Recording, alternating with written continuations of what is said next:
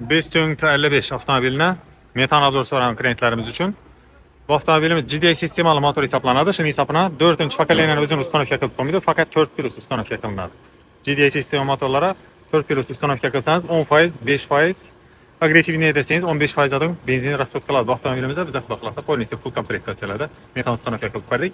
Yevropa gaz оборудованиялari bilan, italyanskiy, polskiy оборудованиялari bilan ustanovka qilindi. Kompyuter sistemasi injektor 48/4lik polskiy оборудование oladi.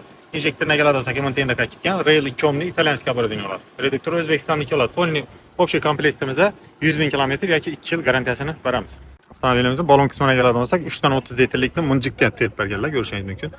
Tasmalar ham bir tekizda cho'tga olib chiqqan. 3 dan 30 litrlik 90 litrlik oladi va 90lik balonimiz bugungi kunda 100.000 so'm bilan doladi. Shahar ichida o'rtacha 250 kilometr atrofida yurib boradi. 250 kilometr 2 litrdan 3 litrdan maksimum agressivniy desa 4 litrdan benzin rasxod qiladi. 100.000 so'm 4 litr benziningizdan 50.000 so'm, 150.000 so'm bilan 250 kilometr shaharning ichida xudo xolasa moshni yurib beradi. Yurishlarida muammo bo'lmaydi, cho'tga oladi. Motorni setni ishlab turishini ko'rishingiz mumkin. Mashinamiz hozir 90-10 rejiminde ishlab turibdi, ya'ni 90% gaz, 10% adam benzin rasxod qilib ishlab turibdi. Motorni setni ishlab turishini ko'rishingiz mumkin.